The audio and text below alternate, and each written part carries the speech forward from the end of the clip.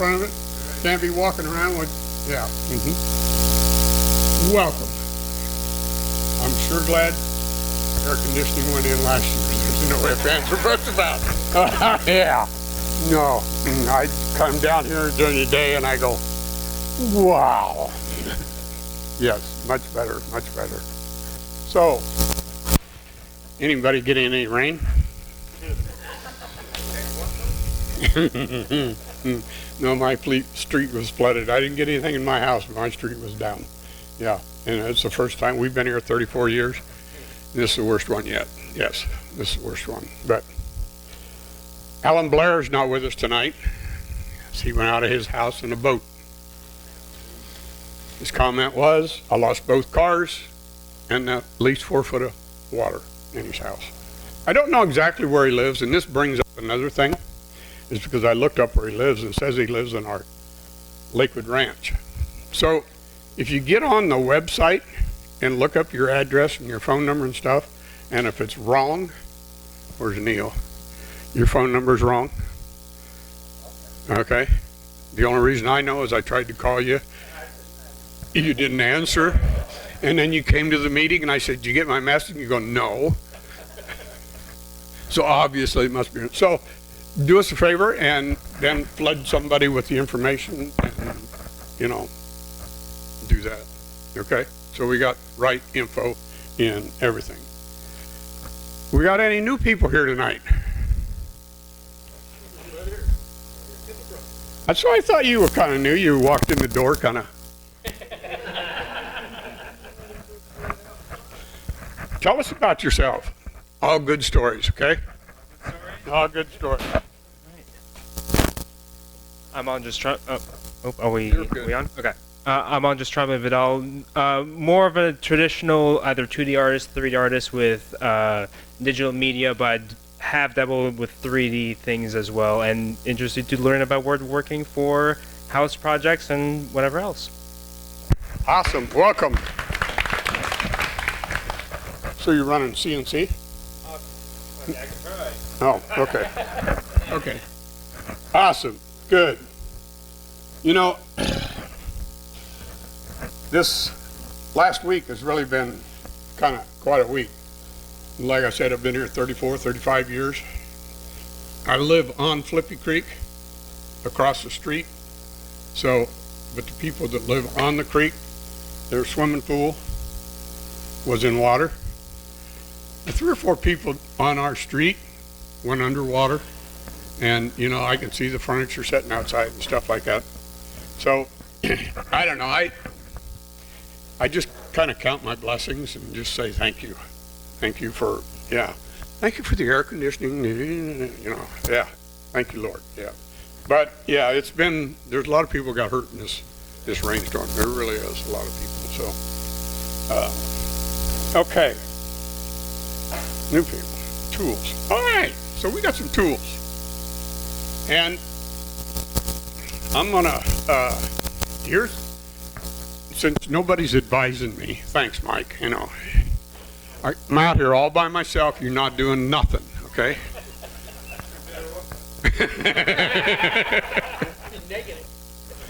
So, here's what I'm doing is the dust collector, the bandsaw.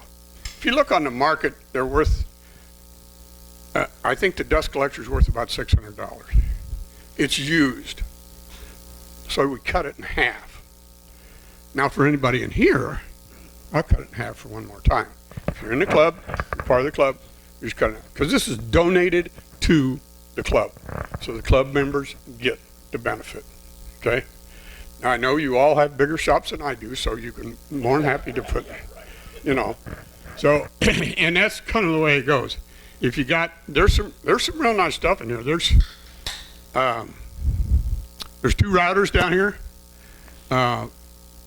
They're both 3 1/4 horsepower.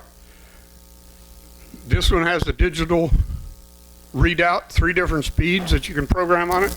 This one has several different speeds and stuff on it. I looked them up, they're both $400 routers, okay? Don't want $400 out of them, don't even want to be close. So But there's all kinds of stuff there, so if you need something, you want something,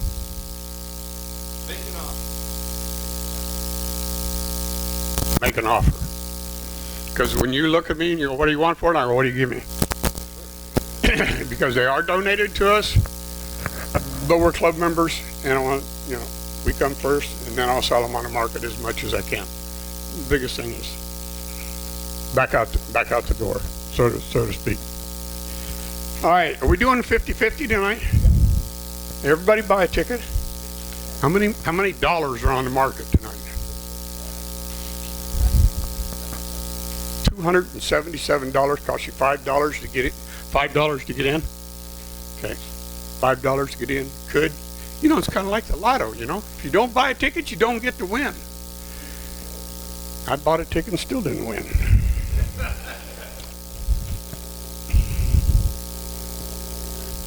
And tools we went over. I want to say a couple of things about a couple of these tools. The what do you call this? Fest tool, screw gun. All right, came from Mike Wood. Reason Mike Wood put it on, he says it didn't have any kahunas. Okay, he says it's a great gun for small stuff. But if you're putting a 3 or 4 inch screw in, it doesn't have the kahunas to work with it. All the tools are there. If you notice, Fest tool. When you buy a Fest tool, you buy all Fest tool screw tips, you buy all Fest tool this, buy all Fest tool that. But there are a lot of tools and stuff like that there. So I don't know a whole lot about a lot of these tools because they just came in the door. Okay? That's the only I know. So you check them out. Like Tom checked out the bandsaw tonight and he found an owie. Okay? So I don't know that much about them. I have plugged a couple of things in and we're going from there.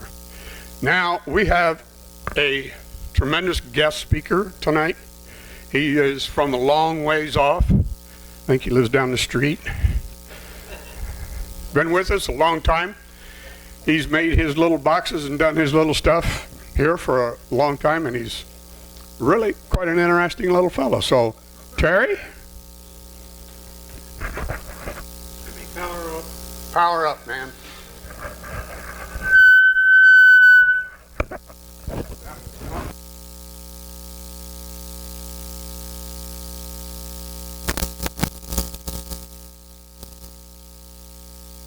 Check. 1, 2, can you? Working? Thank you. Need your help. All right, I'm Terry Bair. I've been in the club about 18 years. I'm a past president. From my count, there's 5 past presidents in here. And Joe, you count as 2, so we'll make it 6.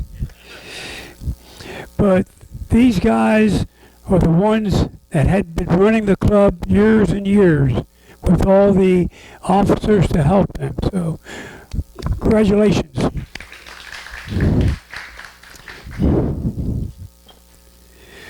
All right, tonight's program is going to be on box joint boxes,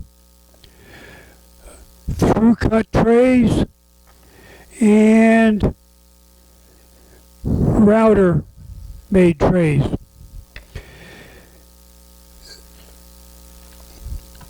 I'm not going to tell you how to make box joints.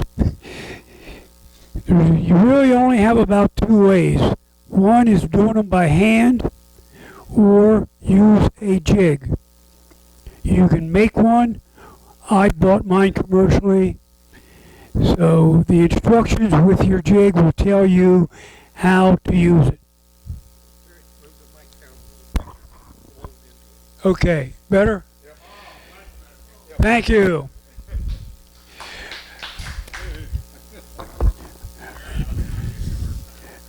Larry would.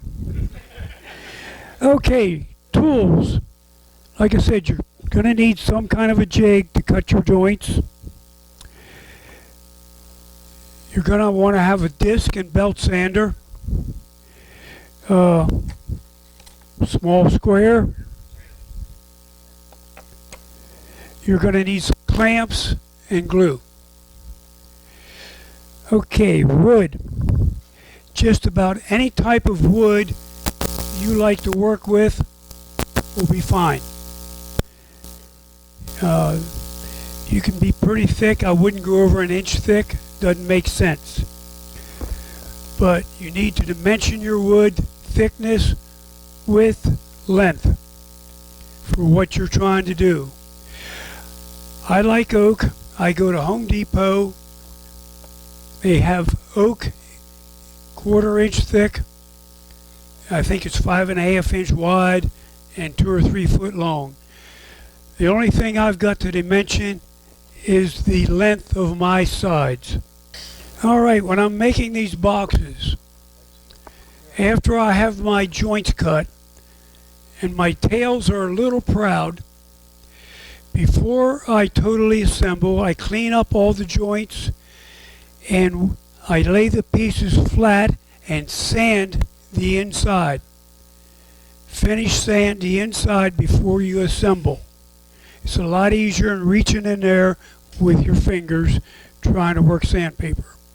When I first made a couple of boxes, I swore I would never do it again, because I'm there trying to glue each one of these little tails, assemble it, get it square, and let it dry. Then I watched a video by Rob Kaufman. He said you get your whole box ready, assemble it, clamp it, get it square, and you take instant glue and just drizzle on the tails. What a difference. I've probably made about 50 since then.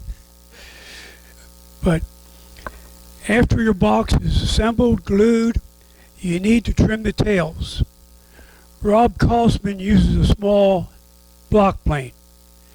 To me, that's a lot of work. I put mine on a belt sander.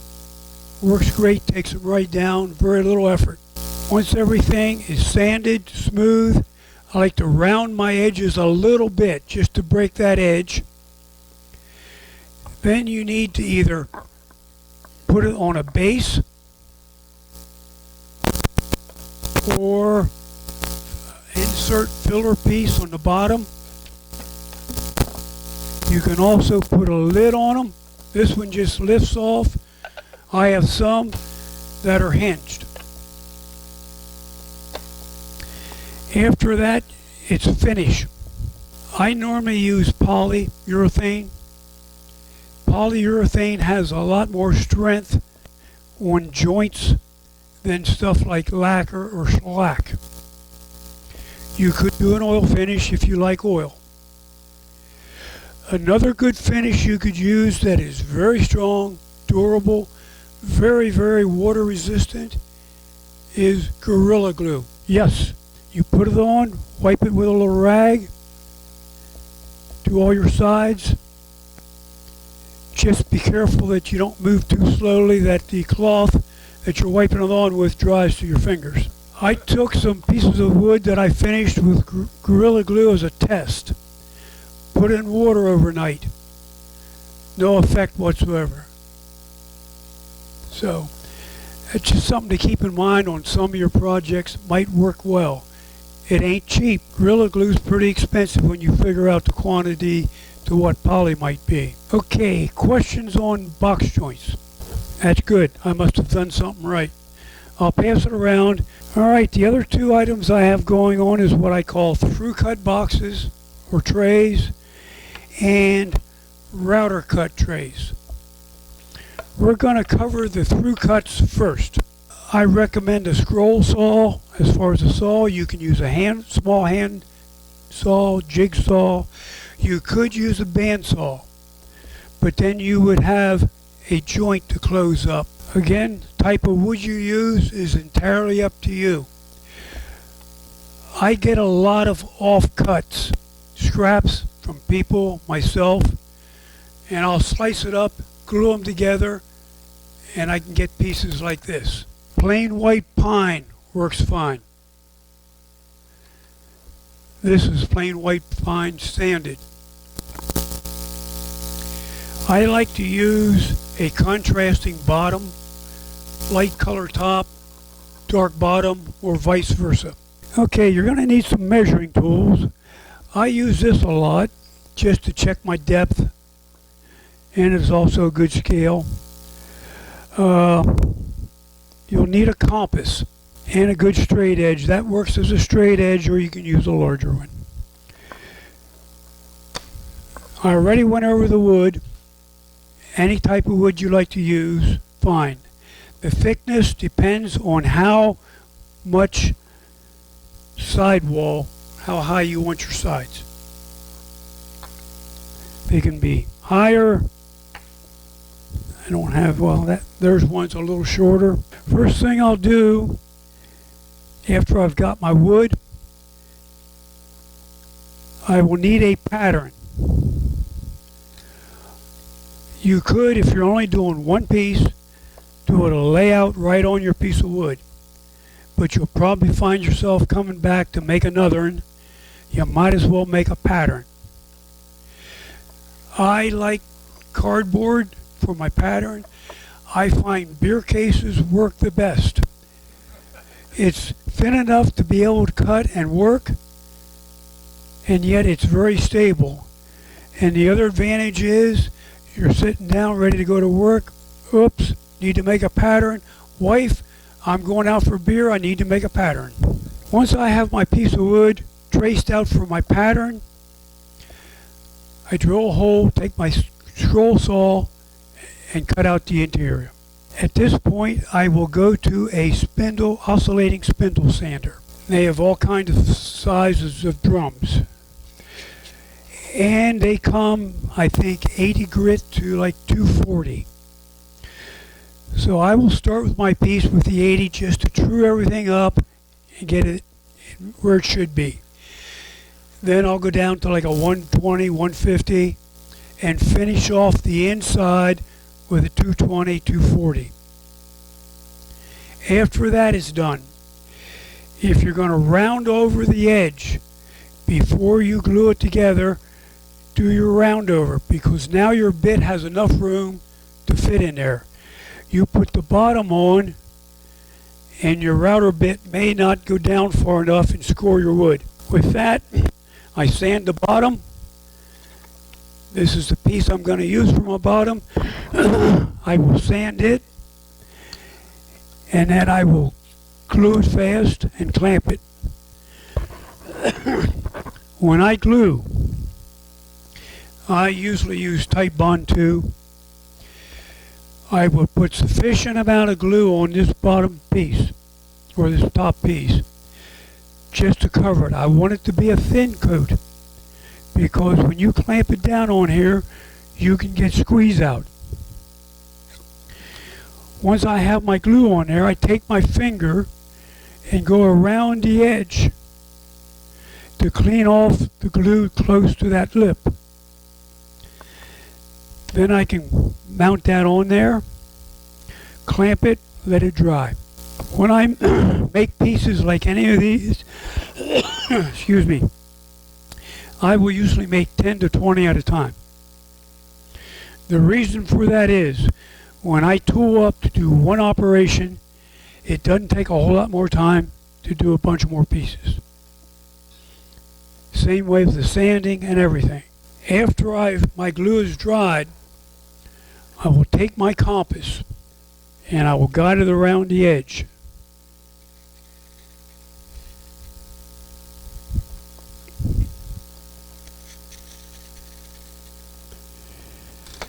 And that will be for my exterior cut. There you could use a bandsaw, scroll saw, whatever you like. When I finish these these pieces, I will normally use lacquer. It's quick, it dries quick, and you get a nice finish. I will normally do 3 coats. The third coat really makes them pop. When I finish those, I use it with a brush, because I will hold it maybe on the outside, brush the top, inside. I take a small rag and I will wipe off that little lip so I don't get sag for my finish. I lay them. Some of this stuff, a fellow was in the club years ago, worked at a boat manufacturing company, and he gave me a whole bunch of these so I can lay them out, put my pieces on there, and let them dry. It takes probably about an hour till you can handle it. Then I can put my fingers inside to the outside and the bottom. And then I lay it back on my pieces to dry and cure out. I wait about 2 or 3 hours. Now I don't have a clock that I watch. So since I'm not operating power tools at this point, I will usually go and get 2 or 3 beers. Then we're dry enough to continue. I will go ahead and put my second coat on. Exterior, interior. I'll let that cure out to the next day. I will lightly burnish the whole piece. This is synthetic type steel wool, or you can use steel wool, and I just lightly burnish the whole thing, clean them up, put my third coat on, and you get stuff that shines like that. Any questions? I just use lacquer in a can. I don't know what, Bim wax, yeah. I have good success with it. You can buy the more expensive stuff, it doesn't matter. I do the first 2 coats without sanding. Then this normally serves as my sanding before I put the third coat on. If you have a run or a sag, maybe a little sandpaper. I've made these box joints in a couple of different heights. When I make these box joints, I don't worry about the height or the width. I cut all my joints, glue everything together, then I can adjust the height of it with my table saw. Plus you have some offcut that you can probably make another box. I have some tall ones. They're nice to put pens and pencils in. I have one about this size. I can put 4 Snicker bars up on it. That's on my kitchen counter. And then you saw the box. I use this tray to keep my sandpaper in. I put a board on top and a little weight, keeps it nice and flat. I use, with my jig, I use a dado blade and my table saw. You can set it up and do it with a router. Either way. No, mine is commercial. I bought it, and say after about 3 boxes, I was ready to throw it away. Okay, router boxes. They're very similar to the through cuts, except you will need a decent router.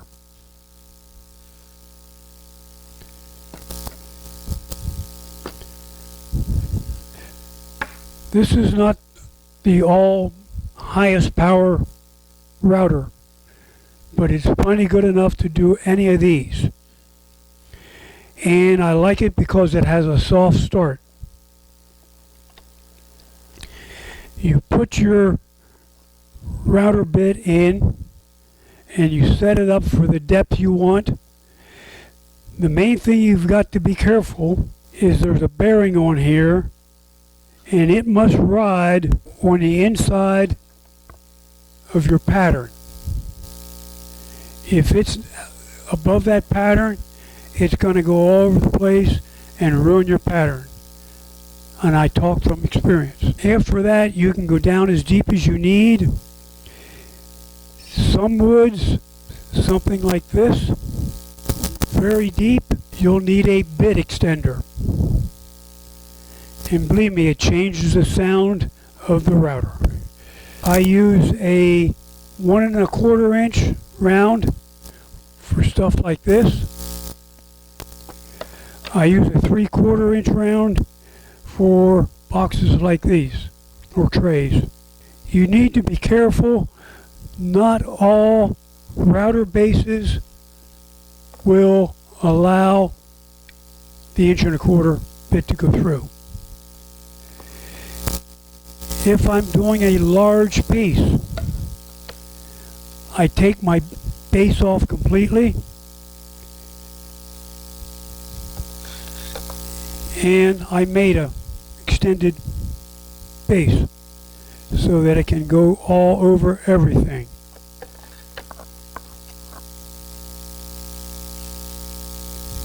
This base does not need to be fancy.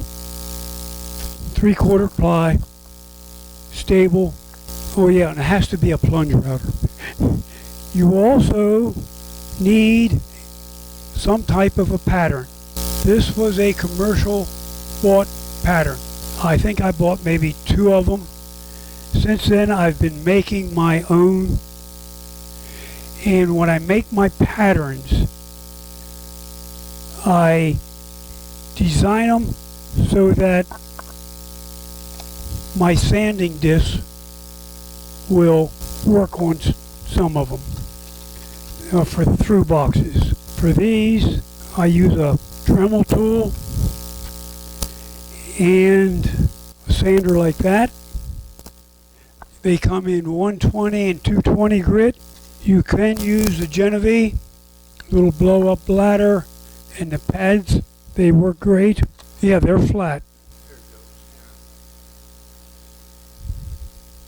Here is a pattern, and the way I mount it is 4 screws.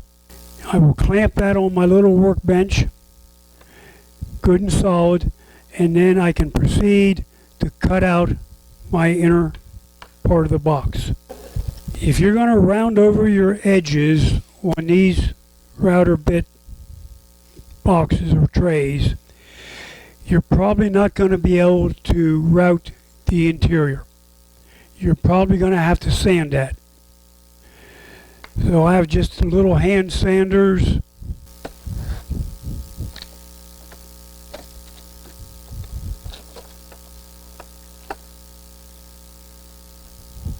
When you're making larger boxes like this, I will normally hog out most of the material on the interior with a Forstner bit.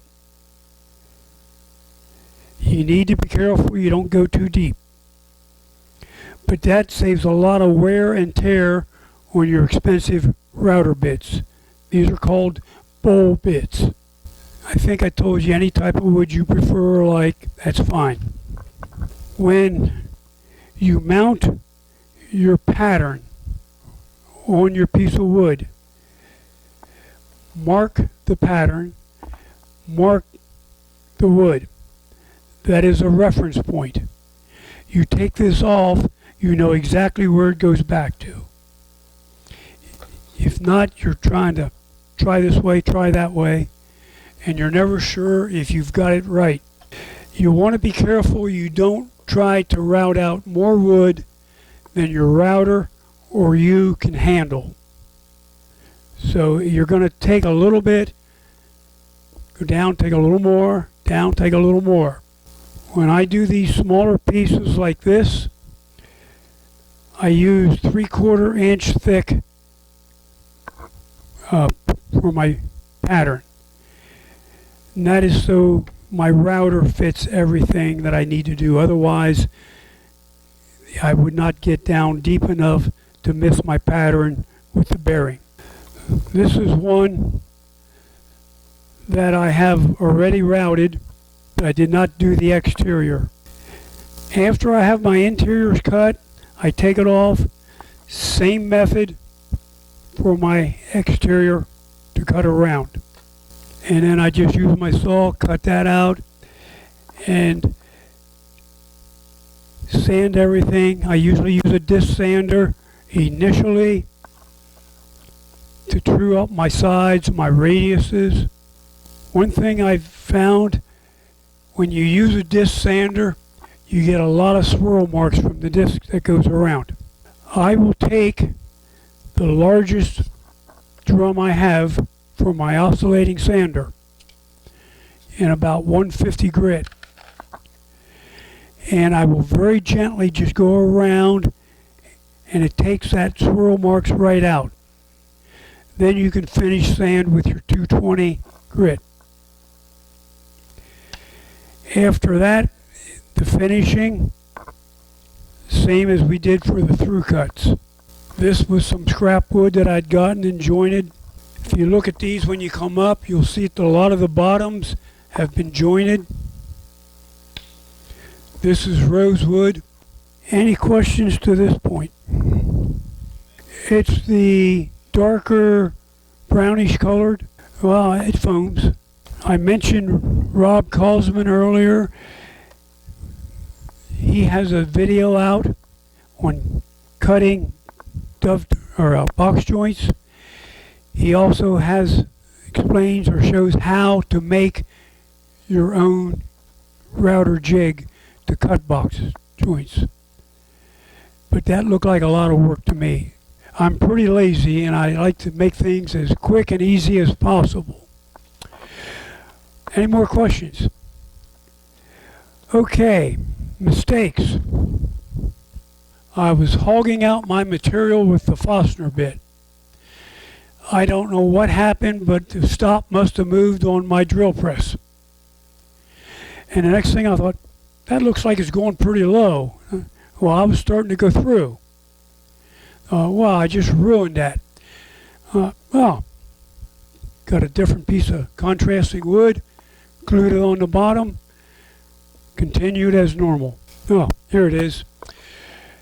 I made it from a piece of scrap. After I had everything cut, I noticed there was a saw cut that was existing. And I just slipped a piece of wood in there, glued it, sanded it off, and it was fine. The first one of these I made was a mistake. I was trying to do one single tray. I was trying to get too much out of my piece of wood and got the next tray too close. There wasn't really enough there to salvage any of it. So I just went ahead and made it like that. My wife liked it so much, I made a whole bunch since then. Okay, any more questions? I'll leave this stuff up here. You're welcome to look at it then. Oh yeah, be sure you wear safety glasses, dust mask, and hearing protection. I always do. Show and tell. Show, tell, and show.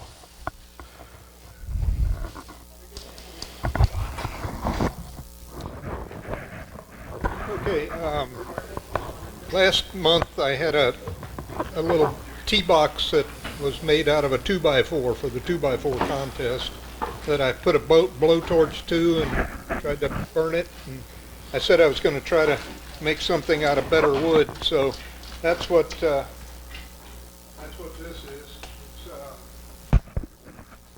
It's actually cherry, but for some reason it had a lot of staining and color in it, so I thought it was really pretty. And the catch on it is magnetic, and then inside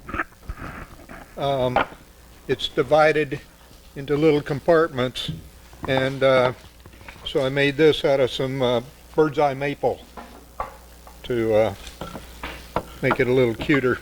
So I was pleased. It turned out really nice. That piece of stained up cherry really, I thought looked really good. Yeah, and the finish is Tom's famous finish, Howard's Butcher Block finish. Just wiped it on and I was like, wow, can't get it beat that. It's really easy and turned out really pretty. So that's it.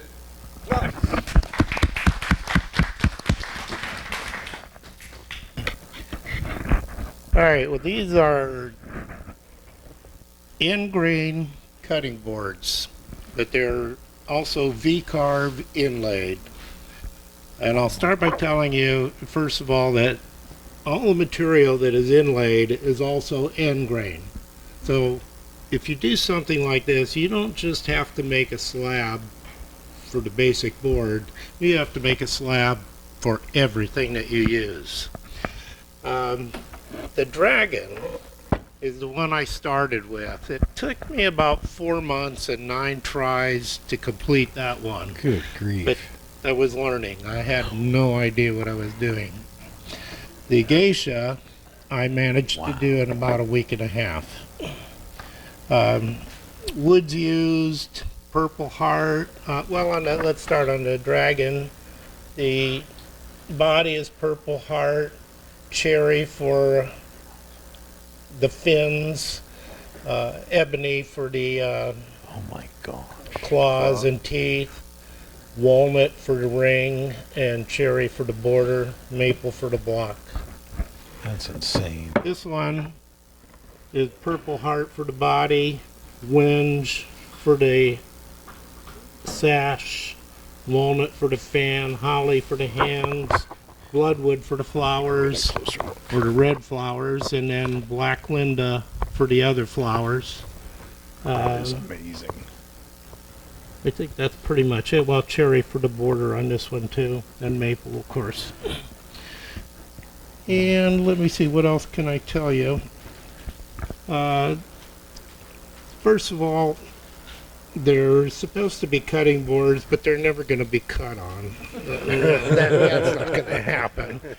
And I didn't finish them like a cutting board. A cutting board, you'd finish with 80-20 of mineral spirits and paraffin, but I don't like that finish, and I wanted this to look a little prettier. So I tried polyurethane. What a nightmare. When you do end grain, when you do something, nice tabletop or something, you get a little bit of end grain. It's no big deal, and you're not looking down on it like a huge surface.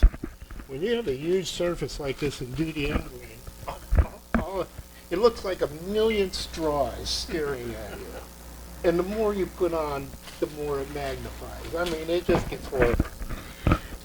And I'd coat it 6-8 times. I'd sand it down, wet sand it all the way down to 1,000, and I still could not get it to look good. So the last trip, I haven't finished this one, but this one, the last trip, I sanded it down to 1,000 after about 6 coats, and then I put Mini-Wax on it, and that worked pretty good. Wow. So if you've got a problem with end grain, I would suggest sealing it with something. I use the polyurethane, and the Mini-Wax really covers everything. Gets rid of that sparkly, dotted mess. Now, the reason I started to make these is I really had no use for cutting board, but my wife wants a liquor cabinet, freestanding cabinet with oriental flavor. So I was using this as a way to, learn before I made the cabinet. Very nice. Very nice. All right, Joe. Is everybody familiar with Asian lacquer or Rushi lacquer? Do you guys know what it is? All right. Anyhow, it's from the sumac family. It's a tree that grows in Southeast Asia. They sort of harvest it like we would maple syrup, so the same way. It's a natural resin. But what happens is it cross-links as it dries. It dries with temperature and humidity. And you can control the drying by how hot it is and how high the humidity is. So we have drying chambers. It's in the sumac's in the poison oak family. It's real slow drying, but it's impervious to solvents and moisture, and it's used in a lot of things. So these pieces were made with this resin, and they're different techniques. So I'm doing a series on these bowls. This is one of them, and the first part, the lid, it's just a redwood, or it's a sink of redwood, just a scrap that I had. So I turned it to make the lid, and then the handle is a spalted bamboo. I had it grown out in the backyard. It was real unique. And then the little decorative elements are eggshell with urushi lacquer. And there's two types. Well, there's three types usually. There's the Vietnamese, there's the Chinese, and there's the Japanese. The Japanese is the highest quality. So they all have different properties. They're hand-applied finishes, and they're done over a long period of time. But they're a medium that we'll find in woodworking, you know, and you can use it for decorative or utilitarian pieces. So they have a lot of uses. So this is just, like I said, this is just a clear coat on it, but it shifts the color to this nice, rich brown color, and it's real. This is just a noodle bowl for making noodles or whatever. The inside, this whole bowl is made out of hemp clay and then the urushi lacquer, and it's probably about 30-40 steps to do, but the inside is what they call like a dry lacquer technique. So you get like this positive, you know, you sort of do your pattern inside, and then when you sand away, it'll reveal whatever you're looking for. And it's like an imitation stone, and then they were inlaid, but it's real light, and like I said, it's really good for utilitarian pieces. So I do different objects with it, but I have a series of bowls I'm doing right now with a little serving platter or serving tray, and it's just, like I said, decorative objects. I'm sort of into these different mediums that we do on our wood. This is a knife to cut the ends of the brushes for the Asian lacquer, and it's basically a kit, but I had to get it from Japan, and it's a right-handed knife. So using wide brushes, as the hairs, they're made out of human hair, so as they start breaking down, you reshape them, recut them. And this is just like a traditional rub-through lacquer on here that's real common. More traditional. This is more of a modern or contemporary type lacquer technique that they're coming out, and they're doing a lot of sculptural pieces, or they'll put it on bowls. Like I said, it's unlimited on the possibilities. And then the end is a shagreen leather, or you know, from the stingray, and that's like a real durable, but it's a real decorative piece. And then this is just a rub through. You do the black, you do the red, and it's just a work piece, you know, that I use in the shop and stuff. So, but it's something different. And like I said, I sort of start moving around in that area with how we can use these and incorporate them into our work. You know, and they have it, you can use gold, you can use precious metals. It's like 250 techniques in all these different subcategories, you know, working with this stuff. So you'll see it, you know, it's been around for like 9,000 years. So it's a good rabbit hole to go down, you know, if you have a fascination with it. Thank you. Steve. Looks so perfect. So, I started carving this thing years ago, and I was trying to make a howling wolf, but I've always had German Shepherds. Somehow I just ended up with pointier ears and a longer nose, and then the teeth happened. And then one day I was just looking at it and said, all right, it's not a wolf. So I grabbed a torch and I torched them. It's the first time I ever did that. It's a pretty cool thing once I learned that. All his teeth are accurate. I tortured my last dog so bad I was looking at every one like shaving. I'm like, yeah. So that was really fun. Then when I got that guy done, I decided to do this one, kind of like a snarling one, and one that's kind of happy. He was probably more of a pain in the butt to do, but had a little more experience. So this is red oak.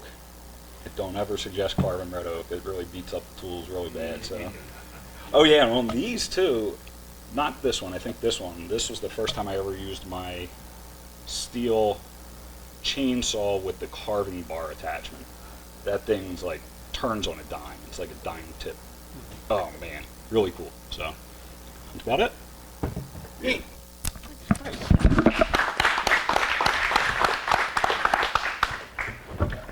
Mary Lou.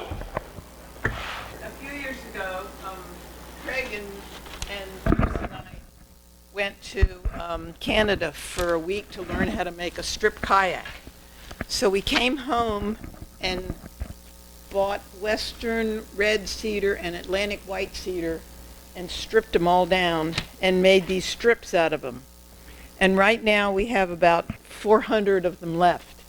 So we're looking for places to place them so that, and showing you some things you can do with them other than make strip kayaks. So have you got, that's the kayak. That's the one we made. His brother made another one after we got home.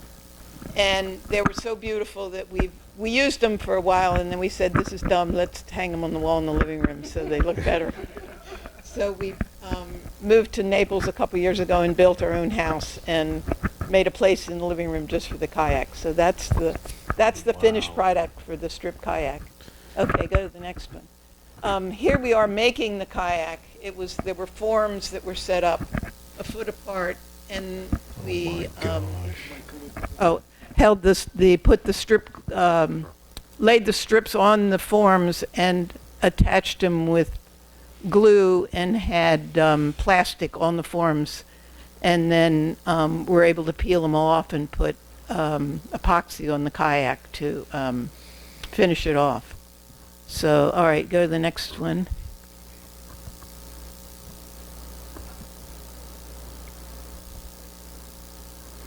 Oopsie, that one ended up sideways. That's all the showing us how we took all the 2x12s, I think is what we bought, and then cut them down into strips.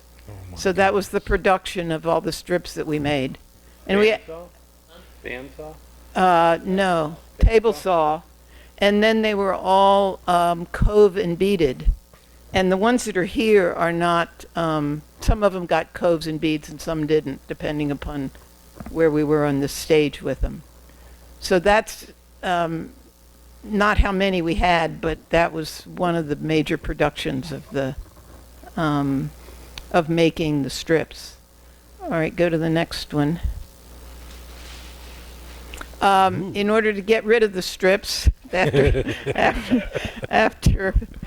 years, yes, we decided to try to make something. And one of the things we made were, the first thing we did was we started small with salad tongs, and then we made some headboards for some twin beds and used them as an inlay between the wood, the walnut wood that was the frame of the twin beds. So the next picture then is the set of the twin beds together. So if anyone would like any already stripped down wood, I don't recommend doing a kayak unless you want to spend 6 months doing it and nothing else. But there's plenty of strip wood left over. And we've got Atlantic white and Western red and wenge and who? There's some cedar, yeah. And redwood. We had a redwood cabin in Virginia, and it had a 2-panel sliding glass door, and we took one panel out and made it a 3-panel. So we took the wood that was in the cabin and stripped it all down. So everything in our house got it converted into strips at some point in time. So we have a lot left over. So if anybody wants any strips, even though we're in Naples, we're up here all the time visiting his brother, so we can deliver. So, all right. Okay, so some of you members that have been here a while, John Slazak was one of our members, and in fact, when I joined the club, he was the president. He's the one that got me in the club back in the 1800s. So he's now moved up to New York to be closer to his friends, and Larry should have all this ready to go on the on the HDMI. So he said, I talked to him the other day, he sent me some pictures of stuff he's done. He wanted me to share it with the club. So let me see if we can get his stuff to come up here.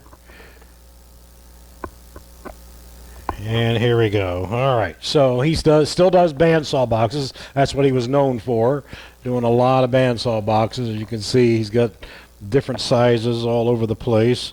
And he used to teach a class, and one of the classes I went when I first met John is we were doing this heart bandsaw box, and that's how I got to know John, because he was teaching it at Woodcraft Store when it used to be in Sarasota. So let's see here. Let me find the next picture. He still does his little sleighs and reindeers, and there's one of his boxes that he does. And that's he wanted to show us the end grain that he kind of does a lot of book matching. There's the heart. And then he got into something, here's another sleigh. And then he got into something totally weird, not wood. I don't know why he's doing this. But he says he makes all sorts of stuff. And he had that, what was it, Weebee Creations? And he still sells through Weebee Creations. So he does an awful lot. So anyway, that was from John Slazak. Thank you, John. All right. So now what we're going to do is I'm going to come up here and I'm going to show my toy box.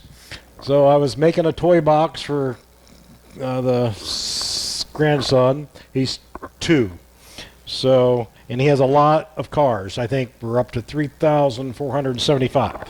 So I was trying to design a toy box and make it look good and have drawers. I made drawers so he had a place to put all them little cars on it. However, every time I go over there, they're always on the floor and I step on them. So, but anyhow, I used what I had in the shop. I had a lot of oak and I had mahogany, and the drawer fronts are all made out of walnut. So, and I had really nice hinges, soft close hinges, but after I put the drawers in, I realized they were too fat and too big, and I couldn't get the drawers open, so I had to go down to the other ugly style. So anyway, I got approved by the supervisor of the job, and I made him a little, there he is there, he got grandson approved, and I made him a little dragon to go with the toy box, old pull toy. And there he is, playing with his stuff. I was going to make a dragon like he did, but I didn't want to spend 4 years. Okay, but that's it. Thank you. There is a tremendous amount of talent in this group. I'm not talking to you, Mike. I know you're not talking about me. I'm used to it. So now, if everybody's got their money spent and in the jar and whatever, okay, you got your name down. I think Alvin's gonna. That one first. Okay. Alvin's a quiet one. He won't say much. He just kind of. Yeah. Okay. We're gonna do the door prizes first. Door prizes are got clamps, glue, and toothbrush. Neil? Oh, okay. Not trying to say anything, Neil. Okay, here we go. All right, who's got the page? Nobody. You hold the page. Here we go. Look, okay, here we go. First one is 12. 12, number 12. Roger, come on down. We're not going to say your last name. Just pick from one of those over there. Either you need some glue, clamps, or toothbrush. I lied about the toothbrush. So, all right. Next number is 14. Todd, come on down. Here we go. Number 23. Craig Spotswood, come on down. Oh. Mary Lou, you want to pick for him, or you got it? Oh, I'm sorry. Got the wrong guy. Here we go. There you go. You got any one of those? You got the toothbrush and the glue. Okay, one more. All right, we're going to do one more. Here we go. One more, and it is number 7. Christine, come on down. You get the toothbrush. All right, very good. All right, we're going to do a raffle. All right, want to get Annie to pick it up for you? You know, look at your red ticket. We're going to do the raffle. The raffle is for the there, the woodpecker straight edge. And the number is 577777898. 5777. Last ones are 7898. 7898. Got 99. Can you change that last number? Oh, it's yours. Yeah, of course it's mine. Okay, that's done. Okay. All right, here we go. You want to shake them up or put them in there? $50,000, I think, is in the pot now. Don't trust me, Alvin knows. 317. So here we go. This is for the 50-50. What do? They pick one. Whoever comes up got to pick a card. Any card, just a card.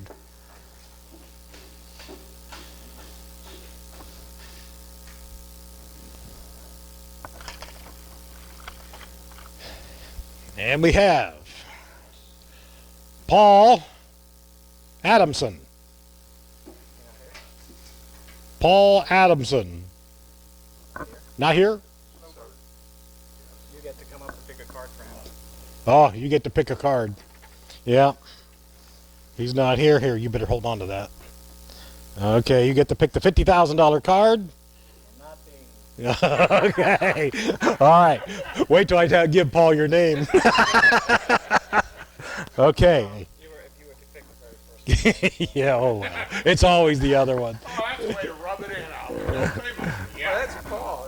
Oh gosh. Okay, that's it. You're up. Okay. Thanks for coming. It's great. They're a great bunch. Tomorrow night is carving. And we'll be here 6:30, 7 o'clock. Thing starts at 7. Monday night is turning, and I have no idea what we're doing yet, but we'll do something. I got a couple of bowls. Partly what I want to do is I want to have Tom critique a couple of things that I have that I want him to tear apart. We'll put them back together again and some other ideas. Just, whatever. So those are coming tomorrow night. We'll see you tomorrow night. Okay. Buy tools on your way out.